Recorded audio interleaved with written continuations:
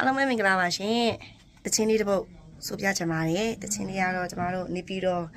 တက်ကုန်းမြို့နယ်တစ်စိမ်ပင်ကြီးရွာရဲ့အထည်နန်းတော်မိသားစုအထည်ဆိုင်ရဲ့ကွန်မြူနတီတချင်းလေးပါဒါလေးကတော့ဒီစစောင်းမုံလာပြကြော်ထဲမှာပေါ့နော်တီးရမယ်ပွဲလေးဖြစ်ပါတယ်ရှင်ဒီတချင်းကိုရေးပေးတဲ့သူကတော့ကျမတို့တီးဆရာကြီးကိုစံဖဲ ဒါနေရာဆန်ပဲပါ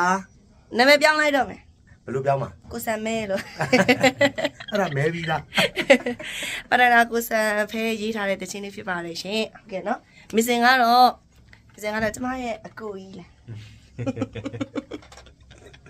ဒါကိုမင်းသွေးမစ်စင်ဖြစ်ပါတယ်ဒီဟုတ်ကဲ့အဲ့တော့ဒီအထင်တန်းတော်မိသားစုရဲ့တခြင်းလေးကိုနားဆင်ကြည့်ပါဦးရှင်